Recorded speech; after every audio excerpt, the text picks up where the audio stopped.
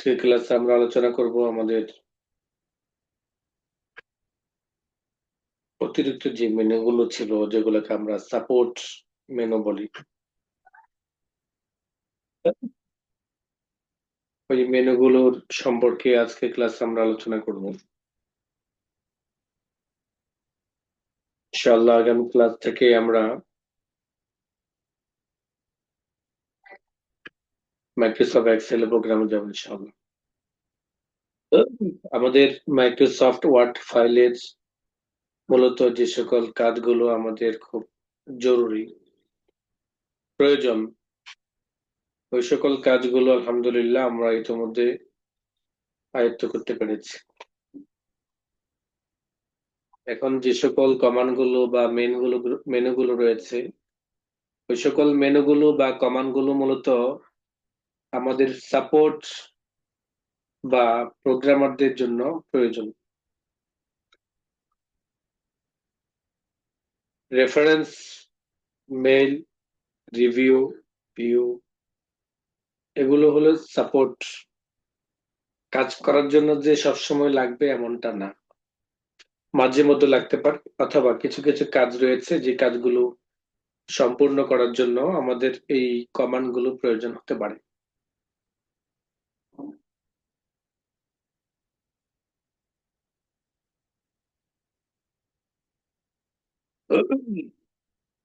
রেফারেন্সের মধ্যে প্রথমে দেখতে পাচ্ছেন আমাদের টেবিল অফ কন্টেন্ট, ফুটনোট, তারপরে আমাদের ক্যাপশন, ট্রেবল, যে গ্রুপগুলো রয়েছে, এই গ্রুপগুলোতে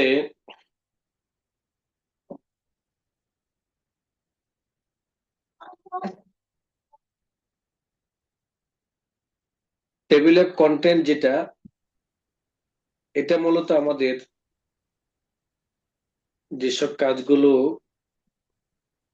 আমরা এই যে স্টাইল থেকে শিরোনাম অনুযায়ী তৈরি করি, ওই শিরোনামগুলোকে অটোমেটিক ভাবে সূচির মতো তৈরি করে দিবে আমাদের এই টেবিল অফ কন্টেন্ট। এই টেবিল অফ কন্টেন্টের কাজ বুঝতে হলে আপনাকে কিছু শিরোনাম ওই স্টাইলে তৈরি করতে হবে। যেমন আমি এখান থেকে কোন একটি ফাইল ওপেন করি আগে, দেন এই ফাইলের মধ্যে থেকে আমাদের এই শিরোনামগুলো রয়েছে, এই শিরোনামগুলোকে একটা স্টাইল আমরা করে নিই। আমরা একটা স্টাইল তৈরি করলাম, সেম 0101 নাম দিই। এবার আমাদের যতগুলো শিরোনাম রয়েছে প্রত্যেকটা শিরোনামকে আমরা স্টাইল হিসাবে কনভার্ট করে নিব বা সিলেক্ট করব। যেমন আমাদের এখানে রয়েছে একটা, সিলেক্ট করলাম, এরপর 0101 ক্লিক করলাম, তারপর আসেন এই যে এখানে রয়েছে স্টাইল, ক্লিক করলাম। দেখেন আমরা যেখানে যেখানে স্টাইলটাকে ইয়ে করি, স্টাইলটা কিন্তু এখানে চলে আসছে।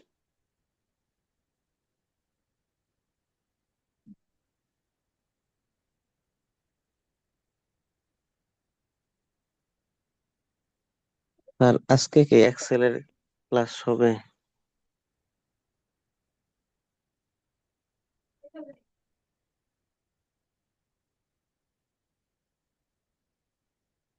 এভাবে আমরা শিরোনামগুলোকে স্টাইলের মাধ্যমে কি করলাম, নির্বাচন করলাম যেগুলো শিরোনাম। এবার আমরা সেভ করে নিলাম, দেন আমরা সবার উপরে গেলাম। উপরে যাওয়ার পরে আমরা এবার আমাদের রেফারেন্সে যাব, টেবিল অফ কন্টেন্টে ক্লিক করব। টেবিল অফ কন্টেন্টে ক্লিক করলে এখানে কিছু ফরম্যাট রয়েছে, স্টাইল রয়েছে, কোন পদ্ধতিতে আমরা এটি তৈরি করব।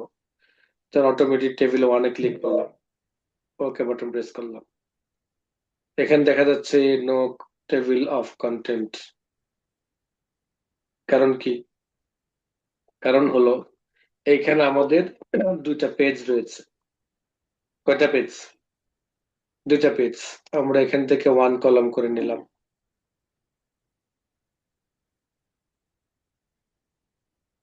এবার আমরা রেফারেন্সে গিয়ে টেবিল অফ কন্টেন্টে ক্লিক করলাম।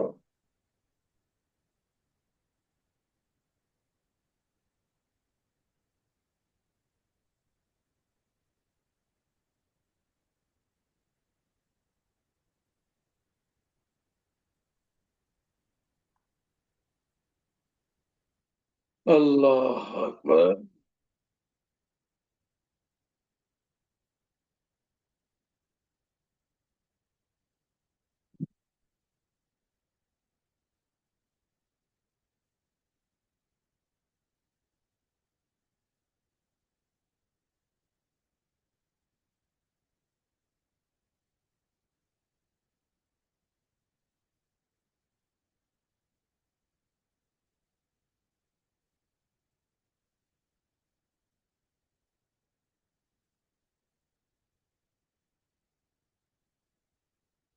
দেখেন এখানে এই স্টাইলের এই ফরম্যাটের আমাদেরকে সূচিগুলো টেনে দিবে।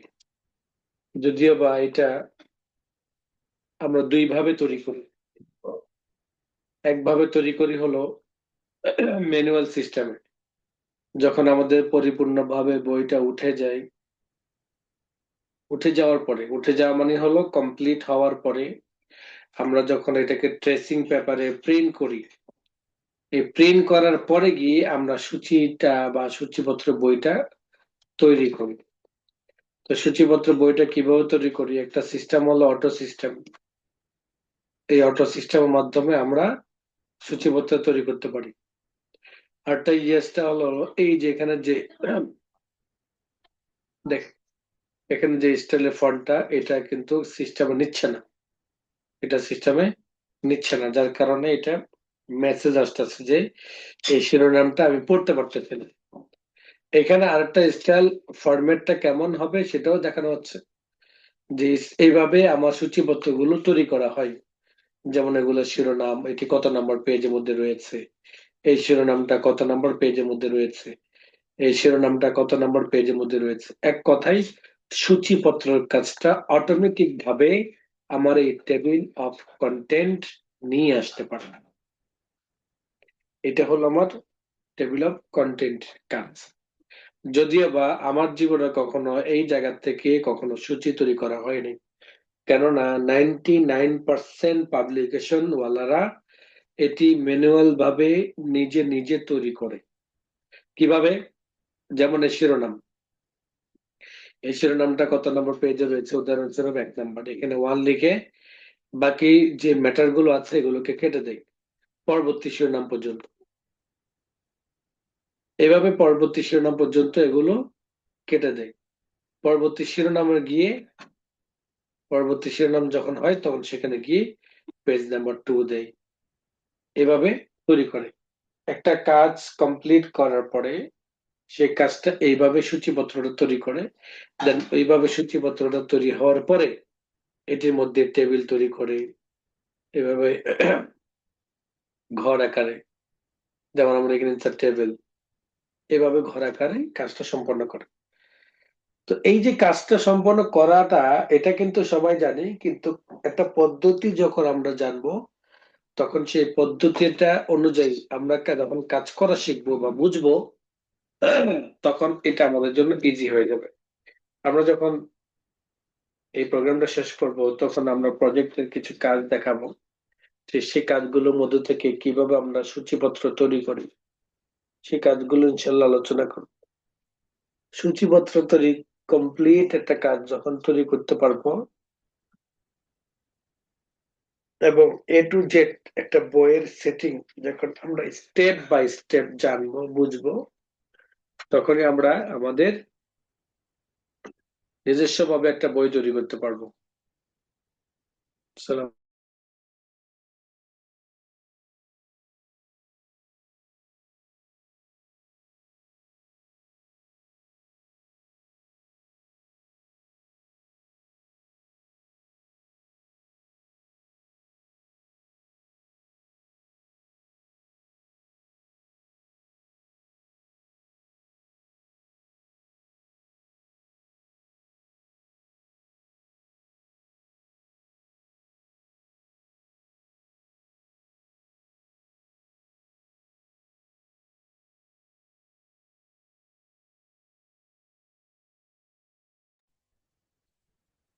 স্যার আওয়াজ আসতেছে না। স্যার নেটওয়ার্কের তো সমস্যা।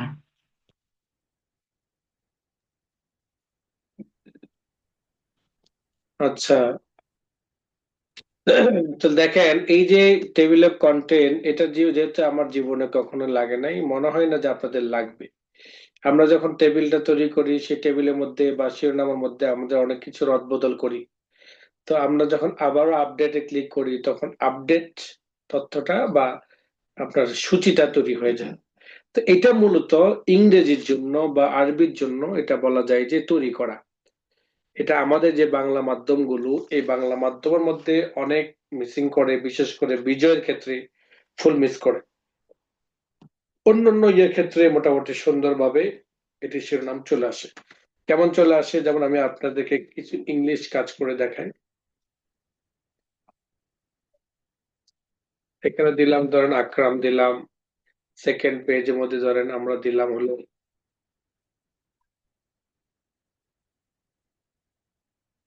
সেকেন্ড পেজের মধ্যে ধরেন দিলাম আমরা আশরাফ, থার্ড পেজের মধ্যে আমরা দিলাম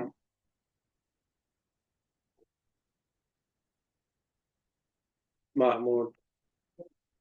এবার যখন আমরা এখানের মধ্যে আমাদের সূচিটা টানবো ইনসার্ট থেকে, রেফারেন্স থেকে, তখন আমাদের শিরোনামগুলো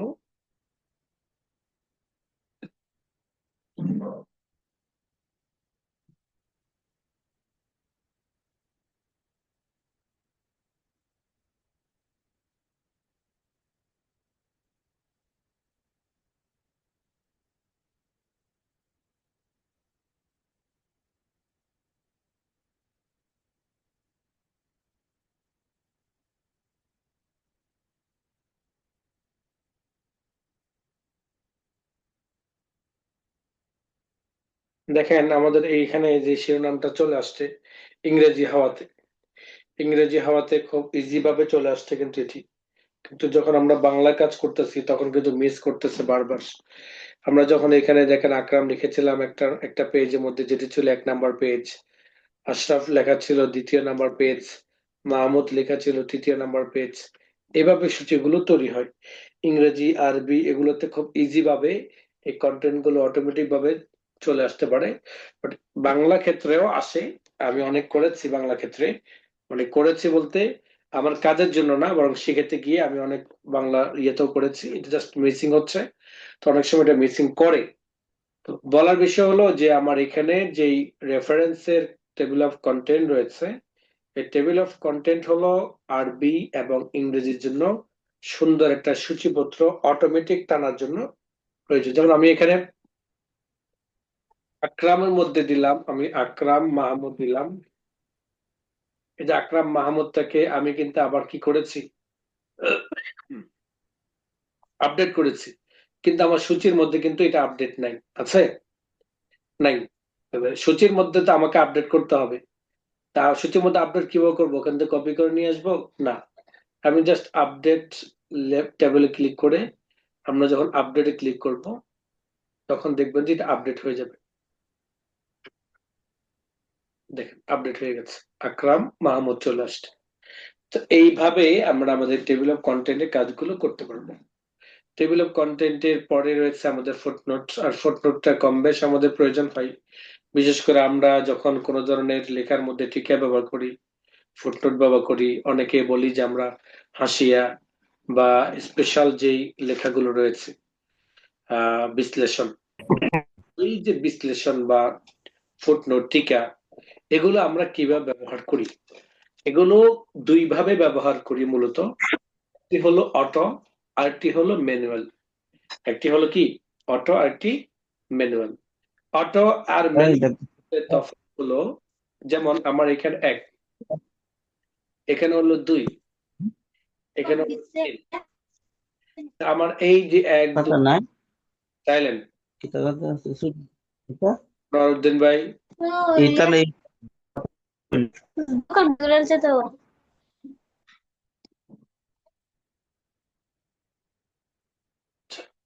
তাহলে এখন দেখেন এইটাকে আমরা কি করি যে হোম থেকে সুপার স্ক্রিপ্টে ক্লিক করি, সাবস্ক্রিপ্ট সুপার স্ক্রিপ্টে ক্লিক করলে দেখেন আমার এটা কি হয়ে গেছে, দেখেন ছোট ছোট হয়ে গেছে ফুটনোটের মতো।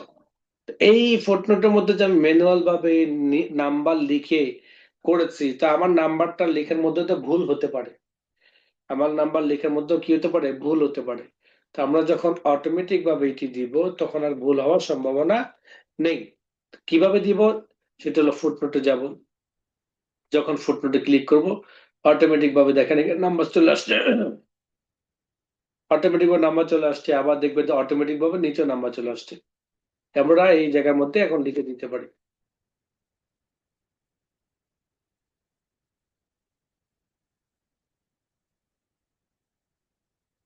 উদাহরণস্বরূপ এটা ঠিক আছে। তো এইভাবে আমরা একাধিক, যখন এই জায়গার মধ্যে আবার ফুটনোট ক্লিক করলাম, দেখেন এখানে অটোমেটিক ভাবে 2 তৈরি হয়ে গেছে, 2। আমি সিলেক্ট করার পর বাংলা করে দিলে বাংলা নাম্বার হচ্ছে, ইংরেজি করে দিলে ইংরেজি নাম্বার হচ্ছে। আমি এখানে লিখে দিলাম, আর সেই হিসেবেও করলাম। তো এইভাবে আমরা অটোমেটিক ভাবে যখন 1 2 3 4 নাম্বার কিন্তু লিখছি না, জাস্ট আমি যখন অটোতে ক্লিক করি অটোমেটিক ভাবে নাম্বার পড়ে যাচ্ছে। তো এই যে নাম্বারটা পড়ে যাচ্ছে এটা শৃঙ্খলা ভাবেই হচ্ছে, আপনার কোনো কিছু স্কিপ হবে না, কোনো কিছু বাদ যাবে না। আপনি জাস্ট খেয়াল করবেন যে কোন নাম্বারটা, কোনটার পর কোন হাসিয়াটা হবে, সেই অনুযায়ী হাসিয়াটা অটোমেটিক ভাবে নিচে হাসিয়ার জায়গার মধ্যে ওই জায়গাটা চলে আসবে। আমরা জাস্ট লিখবো এখানে।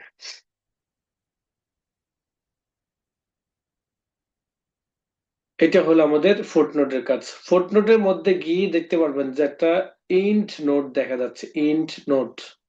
তো অনেকের প্রশ্ন হতে পারে ইন্ট নোটটা কি। ইন্ট নোট মানে হলো, ইনসার্ট ইন নোট মানে হলো, আমরা আমাদের যে ফুটনোট গুলো ব্যবহার করি ওগুলো কিন্তু আমাদের একটা পেজের মধ্যে থাকে। আমি যখন সেকেন্ড পেজও ক্লিক করব তখন সেটাও ওই পেজের মধ্যে চলে আসবে ফুটনোটটা।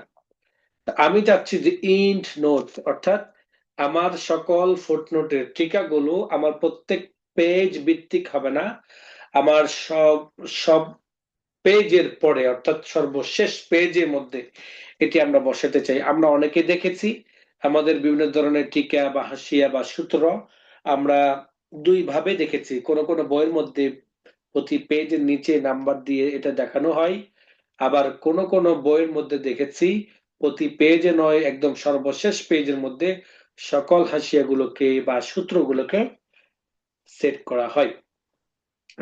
সর্বশেষ পেজের মধ্যে যে সেট করা হয় এটা হলো আমার ইন নোট। আমি যখন ইন নোটে ক্লিক করব তখন আমার এই নোট লাস্ট পেজের মধ্যে দেখেন যে লাস্ট পেজের মধ্যে অটোমেটিক ভাবে এটি নাম্বার চলে আসবে। ঠিক ফুটনোটের মতো, ফুটনোট হলো প্রত্যেক পেজ ভিত্তিক হবে, আর এন্ড নোটটা হলো আমার সর্বশেষ পেজের মধ্যে হবে। নেক্সট ফুটনোট, এটা হলো দেখার জন্য আমার পরবর্তী ফুটনোট কোনটা আছে। এই দেখেন পরবর্তী ফুটনোট, এই যে একটাতে করে দেখাবে, এই দেখেন এটা হলো ফুটনোট দেখা। এরপর আছে citation, bibliography, caption, index, table of authorise. আচ্ছা, এখানে দেখেন ইনসার্ট, এই যে কমান্ড গুলো রয়েছে আমার, অ্যাড নিউ সোর্স, তারপরে ম্যানেজ সোর্স, এগুলো হলো আমাদের যে সকল ইয়েগুলো আমরা করি আর কি, অর্থাৎ কি বলে এটাকে, ফাইল অ্যাডজাস্ট করি বা কোনো ফাইলের সাথে আমরা এটাকে লিঙ্ক তৈরি করি। এগুলো মূলত হলো আমরা ম্যাক্সিমাম যারা ওই যে মাইক্রোসফট অ্যাক্সেস একটা প্রোগ্রাম রয়েছে, মাইক্রোসফট অ্যাক্সেস প্রোগ্রামের সাথে মাইক্রোসফট ওয়ার্ড ফাইলে কিছু সম্পর্ক থাকে লিঙ্কের জন্য। যেমন আমরা মাইক্রোসফট অ্যাক্সেসের মধ্যে ডাটা এন্ট্রি গুলো করি, সেই ডাটা এন্ট্রির মধ্যে আমাদের কিছু কাজ থাকে এমন যেগুলো মাইক্রোসফট ওয়ার্ডের ফাইলের সাহায্য নিয়ে করতে হয়। তো মাইক্রোসফট ওয়ার্ড ফাইলের সাহায্য নিয়ে যে করতে হয়, সেই সাহায্য মাইক্রোসফট এক্সেলে যে সাহায্য নিতে হয়, সাহায্যের যে কমান্ড গুলো রয়েছে বা মেনু গুলো রয়েছে সেগুলোর মধ্যে আমাদের ক্যাপশন, মেল, এগুলো আমাদের ওই জায়গাগুলো থেকে করতে হয় আর কি। তো এগুলো আমাদের প্রয়োজন নেই, এটা আমার কখনো এই কারো ব্যবহার করতে দেখিনি। দেখেছি আমাদের বন্ধু বান্ধব যারা আপনার মাইক্রোসফট অ্যাক্সেস নিয়ে কাজ করেন তাদের জন্য। মেইলিং এর বিষয়টা অনেকটা সেম। আপনি যেমন মাইক্রোসফট এক্সেল অ্যাক্সেস ফাইলের মধ্যে আমরা যখন কোনো ডাটা এন্ট্রি করি, সেই ডাটাগুলো অনুযায়ী আমরা প্রত্যেকের কাছে ইন্ডিভিজুয়াল ভাবে চিঠি পাঠাতে চাই। তো চিঠি যখন পাঠাতে চাই বা মেইল করতে চাই, তখন ওই জায়গা থেকে অটোমেটিক ভাবে মাইক্রোসফট ওয়ার্ড ফাইলটা ওপেন হয়। মাইক্রোসফট ওয়ার্ড ফাইলটা ওপেন হওয়ার পরে এখানে আমি যেখানে যা যা করণীয় লিখে ফরম্যাটটা সুন্দর করে সাজিয়ে যখন আমি ওই ফাইলের সাথে অ্যাটাচ করে দিই, তখন ওইখানে যে ডাটাগুলো এন্ট্রি থাকে প্রত্যেকের নামগুলো এই চিঠির মধ্যে অটোমেটিক ভাবে বসে যায়। ফলে দেখা গেছে এই চিঠিটা তার মেইলে অথবা তার কাছে এসএমএস এর মাধ্যমে এটা চলে যায়। এসএমএস এর মাধ্যম ছাড়াও আরো কিছু মাধ্যম রয়েছে, যেমন প্রত্যেকের জন্য আলাদাভাবে পিডিএফ ফাইল তৈরি হয়ে যাওয়া। এই সব কিছুই মূলত এক্সেস এর সমন্বয়ে করা হয়। এখানে দেখতে পাচ্ছেন যে ইনভেলপ দেখাচ্ছে, অর্থাৎ ইনভেলপের খামটা কিভাবে হতে পারে, লেখার স্টাইলটা কিভাবে হতে পারে সেটা এখানে দেখানো হচ্ছে। তারপর আসেন হলো আমার লেভেল। লেভেল এটা ঠিক লেভেল আর কি ফরম্যাটটা, এগুলো আমাদের দরকার নেই। স্টার্ট মেইল, মার্চ, লেটার, আমরা যে লেটারটা কিভাবে লিখবো সেটা আমরা এখানে দেখে নিতে পারি। যেমন আমার এখানে লেখার স্টাইলটা এটা, আমি এভাবে ইয়ে করতে চাই। অথবা আমি ইমেল মেসেজ করতে চাই, ইনভেলপস, লেভেল, ডিকশনারি যে লেভেল বা আপনার কি বলে এটাকে ইনভেলপ, এগুলো সব এখানেও রয়েছে। ডিরেক্টরি বা নর্মাল ওয়ার্ড ডকুমেন্ট, কোন ধরনের ওয়ার্ড ডকুমেন্টটাকে আমরা মেইল করতে চাই, সেটা আমরা এখান থেকে অ্যাটাচ করতে পারবো। এক কথায় আসলে এগুলো মেইল নিয়ে কাজ। এবং এটা মূলত আমরা একটা সময় ছিল মেইল করাটা খুব টাফ ছিল। এটা অনেক ধরনের আমাদের সিস্টেম ছিল। যদি এবার প্রায় অনেক বছর যাবৎ মেইল করাটা সহজ ছিল, কিন্তু একটা অনেক পুরাতন ভাবে যখন মেইলের এরকম শুধু কেবল দিয়ে আমাদের নেট গুলো চলতো, কোনো ধরনের মোবাইল ডাটা ছিল না, তখন এই ধরনের কাজগুলো। Yes. এরপর আসেন এখানে পার্টিসিপেন্ট, অর্থাৎ কয়জনের কাছে আপনি এটা মেইল করবেন, টাইপ অফ নিউ লিস্ট, কোন একটা লিস্ট তৈরি করে তাদের মেইল গুলোকে অ্যাটাচ করতে পারবেন। এগুলো কোনোটাই আসলে মূলত আপনার দরকার নেই, কোনোটাই দরকার নেই। কেন দরকার নেই? আমরা মেইল, বর্তমানে মেইল যারা করি সবাই এর থেকে আরো সহজ মাধ্যমে, সহজ পদ্ধতিতে জাস্ট আমরা মেইল বক্সে যাব, ফাইল অ্যাটাচ করব, মেইল নাম্বার দেব, সেন্ড করব। এর থেকে সহজ আর কোনো মাধ্যম হয় না। কিন্তু এখানের মধ্যে যখন ইয়ে করতে যাবেন, তখন আপনাকে আউটলক একটা ইয়ে রয়েছে, আপনার ওইটার মাধ্যমে আমাদেরকে গিয়ে তারপরে গিয়ে আমাদেরকে সেন্ড করতে হয়। রিভিউ, রিভিউর হলো আমার এখানে যেমন বাংলা ভাষা রয়েছে, আরবি ভাষা রয়েছে, এভাবে ইংরেজি কিংবা উর্দু আরো নানান ধরনের ভাষাগুলো থাকে। ওই ভাষার কিছু কাজ রয়েছে এমন যেগুলো ট্রান্সলেট করা, রিসার্চ করা, অথবা গ্রামার সম্পর্কে, শব্দটা সম্পর্কে জানা, ইত্যাদি কাজগুলো আমাদের এই রিভিউ করে থাকে। রিভিউটা করে থাকে, যেমন আমাদের স্পেলিং এন্ড গ্রামার দেখা যাচ্ছে। আমরা যদি ইংরেজি, এটা কিন্তু ইংরেজির জন্য অবশ্যই, আমরা যদি ইংরেজি কোনো কাজ করে থাকি, যেমন আমরা এখানে লিখলাম মাদার, এম ও MOTHAR, যেমন আমরা লিখলাম মাদার। কেন মাদার মনে হচ্ছে যে আমার কাছে যে এটা মনে হচ্ছে যে সঠিক না, বা মাদার শব্দটা অন্যভাবে হতে পারে, এমনটা সন্দেহ যদি হয়, তাহলে আপনি সেটা ডিকশনারি থেকে ঠিক করে নিতে পারবেন। আপনি যখন রিভিউতে যাবেন, স্পেলিং গ্রামার ক্লিক করবেন, তখন আপনাকে দেখাবে নট ইন ডিকশনারি। আপনার ইয়েতে মাইক্রোসফট ওয়ার্ডের ডিকশনারিতে এই ধরনের কোনো শব্দ নেই।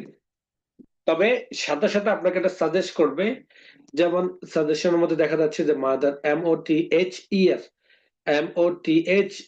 দিয়েছি, আর এখানে হলো সঠিক শব্দটা হলো MOTHER। তা আমি MOTH সিলেক্ট করার পর আমি চেঞ্জ ক্লিক করে নেব। যখন চেঞ্জ ক্লিক করে নেব তখন দেখবেন যে আমার রাইটটা চলে আসবে। রাইট আসার পরেও কিন্তু আমার নিচে সবুজ কালার দেখা যাচ্ছে, কারণ যেহেতু এটা শব্দ, আর শব্দের প্রথম বর্ণটি বড় হাতের হিসাবে তারা ইয়ে করতে পারে, কাউন্ট করে, যেহেতু লাইনের প্রথম শব্দ, সেক্ষেত্রে এটি বড় হাতের হতে পারে, এই ধরনের একটা মেসেজ। এটা কিন্তু রেড কালার নাই যে সঠিক শব্দ না, এটা সঠিক শব্দ, বাট এটা প্রথম লাইনে একদম প্যারার প্রথম হওয়ার কারণে প্রথম লাইনটাকে বড় হাতের ক্যাপিটাল চাচ্ছে, যার কারণে এই মেসেজটা আসছে। দেন আমরা যখন রাইট বাটন ক্লিক করব তখন দেখা যাবে যে আমার মাদার, এম বড় হাতের, ওকে বাটন ক্লিক করলাম। এখন কিন্তু নিচে কোনো সবুজ কালার দাগ নেই, লাল কালার দাগ তো নাই, সবুজ কালার দাগও নেই। সবুজ কালার দাগও নেই। তো এইভাবে আমরা আমাদের কোন শব্দের সঠিক শব্দটা আমরা জানতে পারবো। এবং এই শব্দের উপর যদি কোনো ধরনের রিসার্চ করতে চাই, গবেষণা করতে চাই, তাহলে আমরা এই শব্দ সিলেক্ট করার পর রিসার্চ ক্লিক করলে এই শব্দ নিয়ে আমাদের নানান ধরনের শব্দগুলো আমাদেরকে দেখাবে কি কি চাচ্ছি আমাদের এখানে। আবার দেখেন যদি আমরা ট্রান্সলেট যদি চাই, আমরা এটি ট্রান্সলেট চাই, ট্রান্সলেট করতে পারবো। যেমন দেখা যাচ্ছে দেখেন আরবিতে ট্রান্সলেট করতে চাচ্ছেন, তো আরবিতে ট্রান্সলেট হবে মাদার। আমরা আরবিতে ট্রান্সলেট করতে চাই উদাহরণস্বরূপ।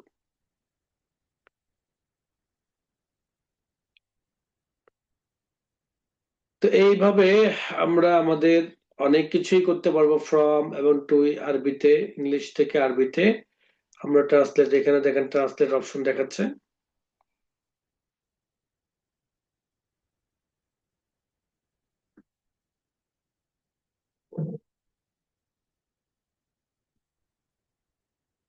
এইভাবে আমরা এখান থেকে অনেক অনেক রেফারেন্স বুকস,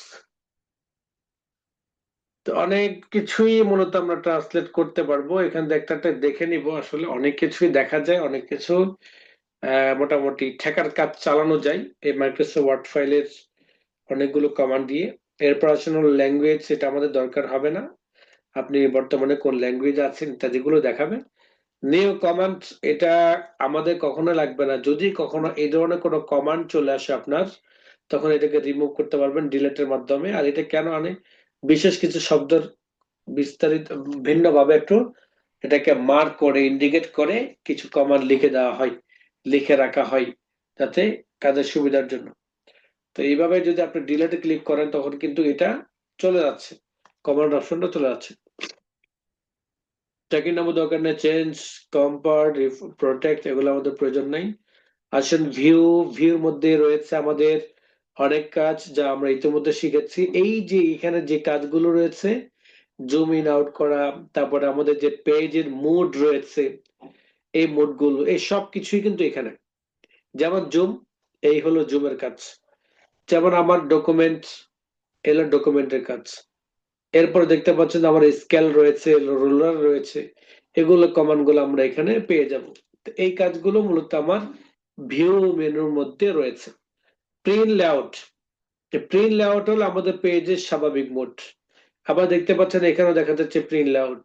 আমি যদি এই মুহূর্তে ক্লিক করি ফুল স্ক্রিন, তখন ফুল স্ক্রিন দেখাচ্ছে। আবার দেখেন আমি যদি ঠিক এই জায়গা থেকে ফুল স্ক্রিন ক্লিক করি, তখন ফুল স্ক্রিন দেখাচ্ছে।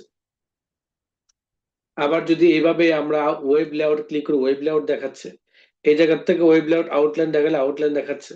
অর্থাৎ এই যে ডকুমেন্ট ভিউ রয়েছে, পেজ মুড রয়েছে, যেগুলো আমরা ইতিমধ্যে এখান থেকে শিখেছি, সেই কাজগুলো আপনি এখান থেকে করতে পারবেন।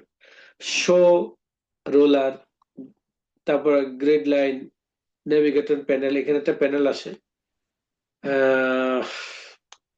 নেভিগেশন প্যানেলের মধ্যে দেখবেন যে এখানে আমাদের সার্চ অপশনের মতো নেভিগেশন প্যানেল, যেটাকে আমরা টাচ পেন বারও বলি। আবার দেখতে পারবেন যে রোলার, আমার এখানে যে রোলারটা রয়েছে, রোলারটা যদি না থাকে তাহলে টিকমার টিকমার দিলে চলে আসবে। রোলারের মধ্যে টিকমার যদি উঠিয়ে দেন, রোলারটা চলে যাবে। আর মিডলে যদি আপনার গ্রিডের মধ্যে ইয়া বসাতে চান, অর্থাৎ এটাকে কি বলে, ঘর ঘর, এই যে ঘর ঘর গুলো অনেক সময় দরকার হয়, বিশেষ করে যখন আমরা ইনসার্ট থেকে এই শেপের কাজগুলো করি, তখন এই শেপের কাজগুলোকে সুন্দরভাবে একুরেটলি কাজ করার জন্য তখন আমাদের এগুলো দরকার হয়। যেমন আমি এখানে ক্লিক করলাম, আমি একটা পাতার মতো তৈরি করতে চাই।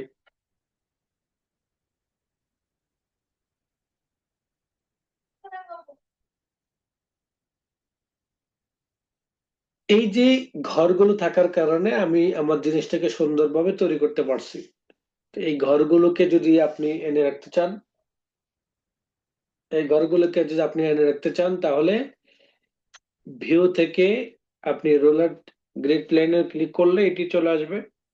আবার যদি টিক মার্ক উঠিয়ে দেন তাহলে চলে যাবে। রোলার টিক মার্ক দিয়ে উঠিয়ে দেন, রোলারটা চলে যাবে। জুম ইন আউট আমরা এখান থেকে করেছিলাম, জুম ইন আউট, এই যে দেখেন জুম ইন আউট, এই কাজটা জুম ইন আউট এখানে রয়েছে 100%, এবং জুম ইন পার্সেন্টেজ রয়েছে অনেকগুলো পার্সেন্ট জুম, এগুলো সব জুম। কোন মোডে বা কত পার্সেন্ট আপনি দেখতে চান সেটা আপনি এখান থেকে মার্ক করতে পারেন। New window, arrange all, split. Split মানে হলো পেজের মিডলে দুইটা ভাগ করা। দেখেন দুইটা ভাগের মতো, এখানে উপরে রোলে দেখাচ্ছে, এখানে দেখাচ্ছে। নিচের দিকে টান দিবেন, চলে যাবে এটা। আর নিউ উইন্ডো, নতুন একটা যদি নতুন ফাইল যদি একটা চান, একটা ফাইল তৈরি হয়েছে কিন্তু এটার অধীনে এটি তৈরি হয়েছে। তারপর আসেন হলো আমাদের অ্যারেঞ্জ অল, যতগুলো ফাইল ওপেন করা আছে সবগুলো ফাইল একসাথে দেখাবে আমাকে। যদি 4টা ফাইল ওপেন করা আছে সিসি ক্যামেরার মতো, সবগুলো আমাকে এখানে একসাথে দেখাবে। সুইচ উইন্ডো, আমার যদি একাধিক ফাইল ওপেন করা থাকে তাহলে আমি এখান থেকে মুহূর্তে যে কোনো পেজের মধ্যে যেতে পারবো। এটা সুইচ উইন্ডোর কাজ। তো এই ছিল আমাদের মাইক্রোসফট ওয়ার্ড ফাইলের যে সর্বশেষ টুকিটাকি যে কমান্ড গুলো, যেগুলো ক্ষেত্র বিশেষ আমাদের লাগতে পারে, ওই সকল কমান্ড গুলো নিয়ে আমরা ইতিমধ্যে আলোচনা করেছি। বাট আমরা যে মেন কাজগুলো রয়েছে, যে মেন কমান্ড গুলো রয়েছে, ওই মেন কমান্ড গুলো আমরা file, home, insert, page layout এবং এছাড়াও আরো যে 4-5টা মেনু আসছিল আবার চলে গেছে, ওগুলোর মাধ্যমে আমরা মেন কাজগুলো শিখতে পেরেছি। বাট এইগুলোর মাধ্যমে সাপোর্ট কাজগুলো আমাদের করতে হয়, বিশেষ করে রেফারেন্সে কিছু কাজ, মেইলিং এর কিছু কাজ। এগুলো আমরা সাধারণত অ্যাক্সেস প্রোগ্রাম যারা শিখি বা প্রোগ্রামার যারা হই, তাদের জন্য এগুলোর উপর আলাদা কোর্স করানো হয়। যারা 6 মাস 1 মাস, 6 মাস 1 বছর বা 4 বছরের ডিপ্লোমা করে বিভিন্ন ধরনের প্রোগ্রামের, ওই প্রোগ্রামারদের জন্য মূলত এই কাজগুলো, এগুলো আসলে আমাদের দরকারও নেই, প্রয়োজনও নেই। বাকি আমরা যে মেনুগুলো ইতিমধ্যে শিখে আসছি, এগুলোকে ভালো করে আমাদেরকে ধরতে হবে, কারণ অফিসিয়াল 99% কাজগুলো এই মেনুগুলোর মধ্যে, এই কমান্ড গুলোর মধ্যে। বুঝতে পেরেছেন সবাই? জি স্যার। আচ্ছা,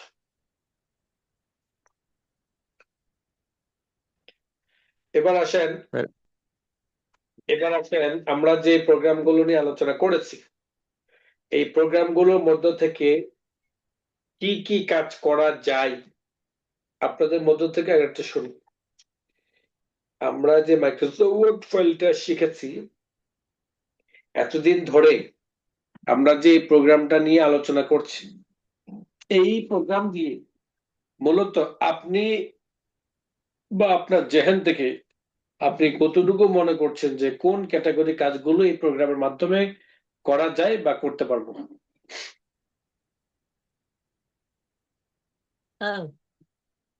বলেন।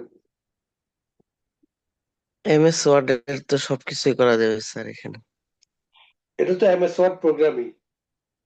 জি, ডকুমেন্ট তৈরি করা, এরপরে আপনার যে কোনো লেখা করা, টেবিল তৈরি করা, বর্ডার দেওয়া, আন্ডারলাইন দেওয়া, লেখার সাইজ ছোট বড় করা, ফন্ট ছোট করা, পরিবর্তন করা, এরপরে লেখাগুলোরে বিভিন্ন রকমের কালার করা, লেখাগুলোকে এই পাশ ওই পাশ মিডিলে নেওয়া, ইত্যাদি অনেক। এটা আসলে কয়টা বলবো। হ্যাঁ স্যার, আসলে লেখালেখির সব ধরনের কাজ এমএস ওয়ার্ড থেকে করা যাবে। আচ্ছা, তো মোটামুটি তৈরি করা যাবে। idea আসছে আপনাদের যে এটির মাধ্যমে মূলত আমরা কাজ করতে পারবো কি, অফিসিয়াল কাজ, বই পুস্তকের কাজ, অ্যাপ্লিকেশনের কাজ, নোটিশ, চুক্তিপত্র ইত্যাদির কাজ। কি বলেন? এই যে কাজগুলো প্রাতিষ্ঠানিক যত কাজ রয়েছে সব কাজই করা এছাড়াও যাবে। ডকুমেন্টের হিসাবের কাজ করা যাবে। জাতীয় কাজগুলো আমরা এখান থেকে করতে পারবো এবং খুব চমৎকার ভাবেই করতে পারবো এবং খুব দ্রুত গতিতেও করতে পারবো, যেহেতু এটি একটি অটোমেটিক কাজ করার সফটওয়্যার, তাই না? অটোমেটিক জি স্যার। মানে বুঝেন যে আমি ক্লিক করলাম, যে কালারটা হয়ে গেছে। এটাকে ধৈরা ধৈরা করা লাগে। যেমন যারা গ্রাফিক্সে ভর্তি হয়েছেন, তারা কিন্তু গত ক্লাসে বুঝতে পেরেছেন যে আসলে গ্রাফিক্সটা আর মাইক্রোসফট ওয়ার্ড ফাইলের মধ্যে আকাশ আর পাতালের ব্যবধান।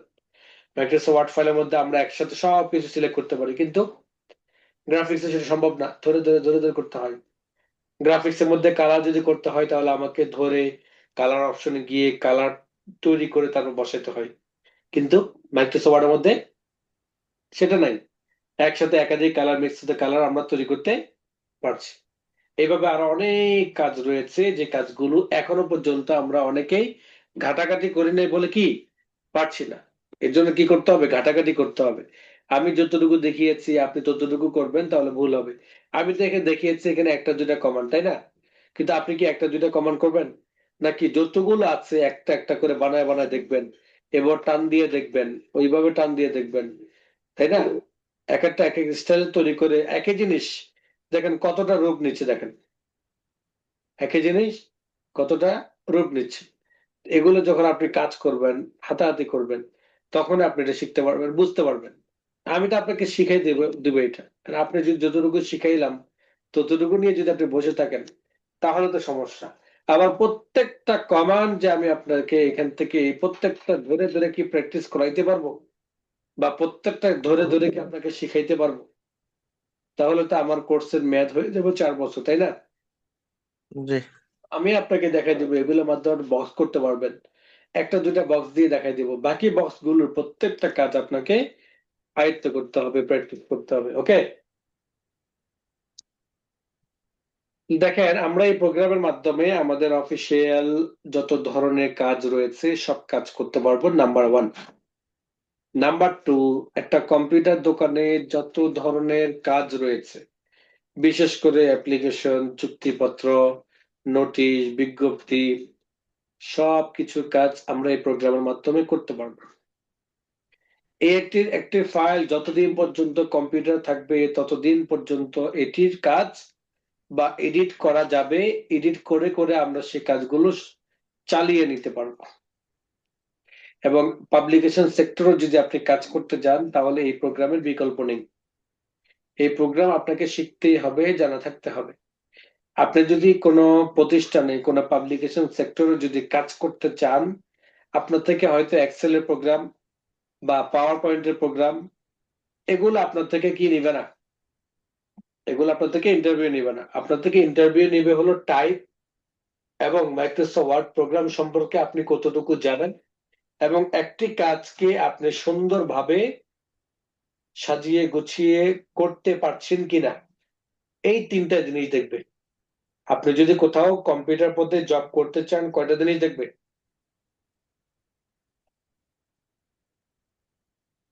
বলেন? তিনটা জিনিস স্যার, তিনটা জিনিস। তিনটা সবাই তিনটা বলেন জিনিস কয়টা জিনিস তিনটে জিনিস। তিনটে। তিনটা জিনিস বলেন, একটা বলেন।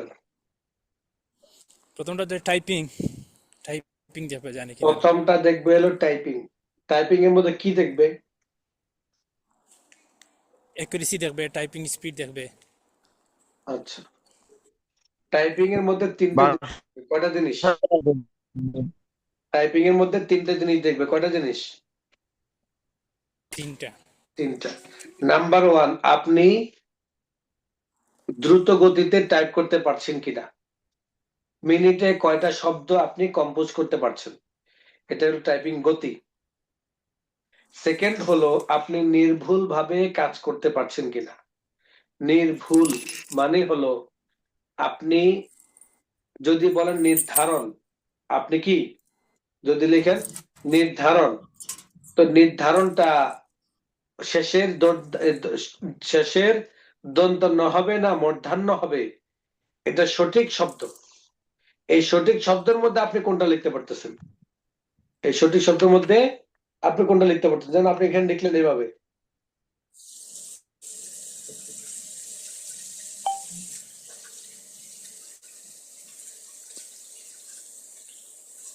তাহলে দেখেন এখানে আমি 2টা শব্দ লিখলাম না? কয়টা শব্দ লিখলাম বলেন? 2টা। 2টা শব্দ লিখলাম। তাহলে আমার এই 2টা শব্দের মধ্যে সঠিক শব্দটা কোনটা?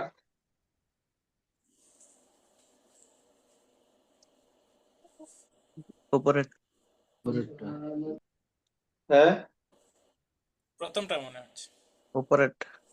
আচ্ছা, এই যে মনে হচ্ছে, এই মনে হচ্ছে যে এরা ভুল করবেন 1 নাম্বার। যারা বলেন যে উপরেরটা তারা বুঝে শুনে বলেন, জি উপরেরটা। বুঝে শুনে বলেন কিন্তু। জি গ্রামার নির্ধারণ কোনটা? নির্ধারণ। জি স্যার, উপরেরটা।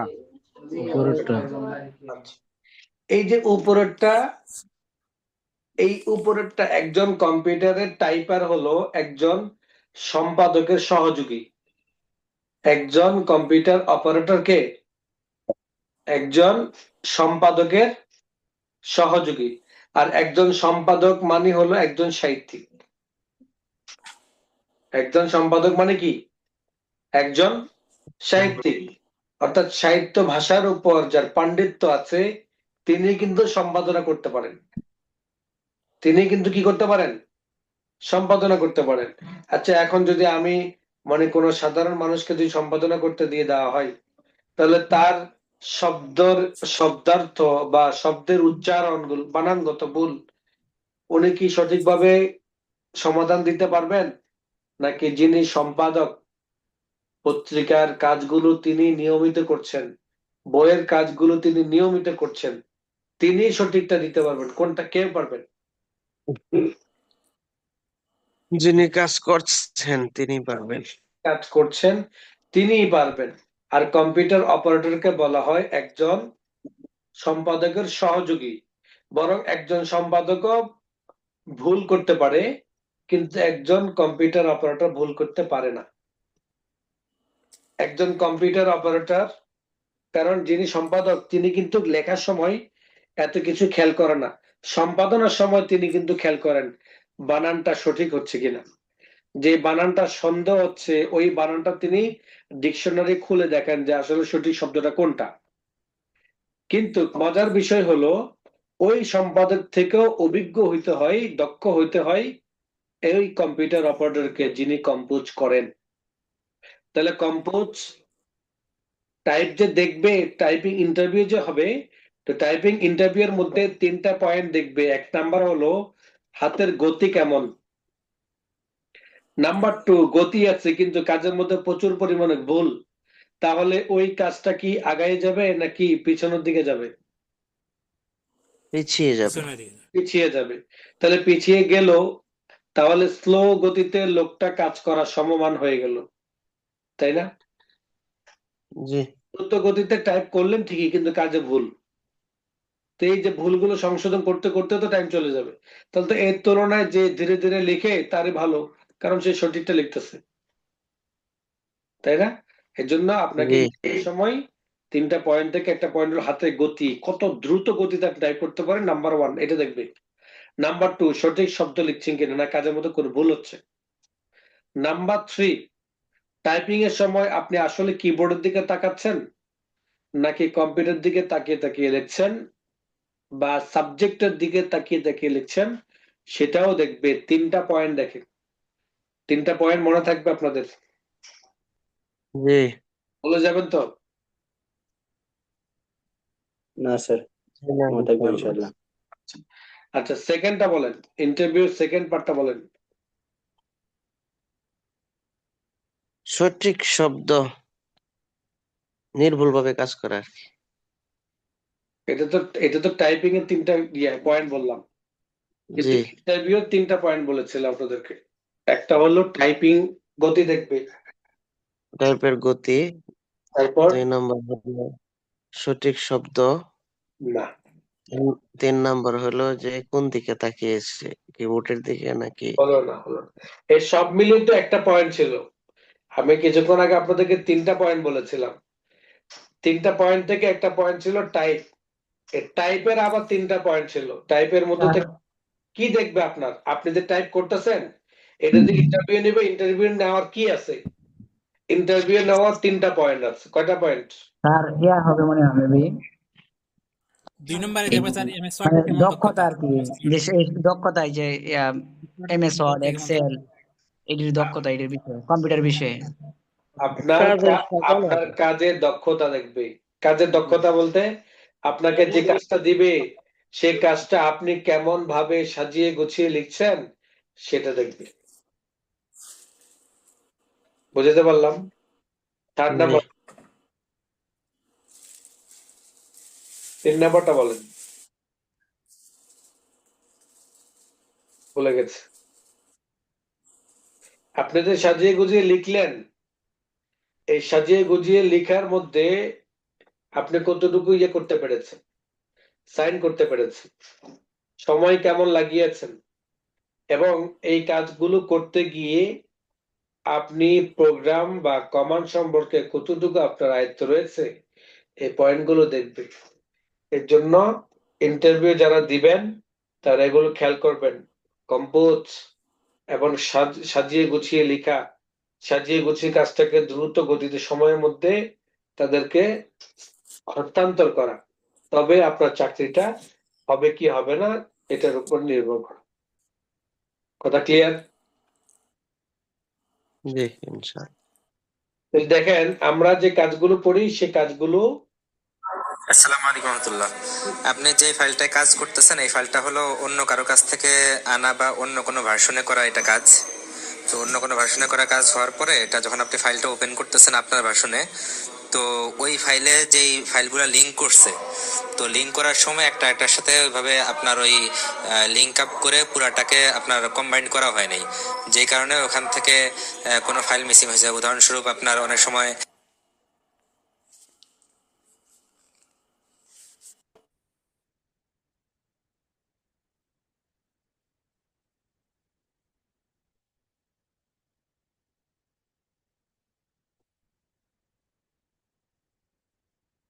মাইক্রোসফট ওয়ার্ড ফাইলের মধ্য থেকে আমরা বই করতে পারি, চুক্তিপত্র করতে পারি, পেডে কাজগুলো করতে পারি।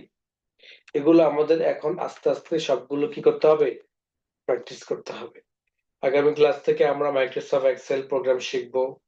এক্সেল এর প্রোগ্রামের পাশাপাশি মাইক্রোসফট ওয়ার্ডের আমরা বিভিন্ন ধরনের প্রজেক্ট গুলো আলোচনা করব, একটা একটা করে, এক এক দিন এক একটা, কখনো বই, কখনো প্রশ্ন, কখনো চুক্তিপত্র, কখনো দলিলাদি, কখনো পেইড এর কাজ, কখনো মানি রিসিট। এগুলো নিয়ে আমরা কাজ করব এবং এগুলো নিয়ে আমরা প্র্যাকটিস করতে থাকবো। এরকম 8-10টা কাজ যখন আমরা করব তখন দেখবেন যে পরবর্তী কাজগুলো আপনি নিজে নিজেই কাস্টমাইজ করে বা মডিফাই করে আপনি সম্পন্ন করতে পারবেন। এই ছিল আমাদের আজকের ক্লাসের বিষয়বস্তু। কারো যদি প্রশ্ন থাকে করতে পারে। স্যার